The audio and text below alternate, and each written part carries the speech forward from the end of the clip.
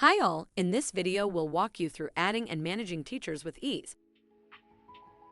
To add a teacher, simply navigate to the Teachers menu and click on the plus button. You have two options, add teachers individually or in bulk. Let's start with individual addition.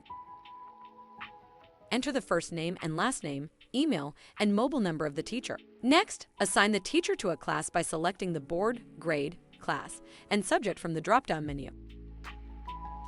Once done, click Add to add the teacher to the list. Voila! You've added the teacher. They'll now be listed in the Teachers tab. You can view a teacher's profile by clicking on their name. And if any edits are needed, simply click on More options next to the teacher's name and click on Edit. That's it. Adding and managing teachers on Roombr is as simple as that.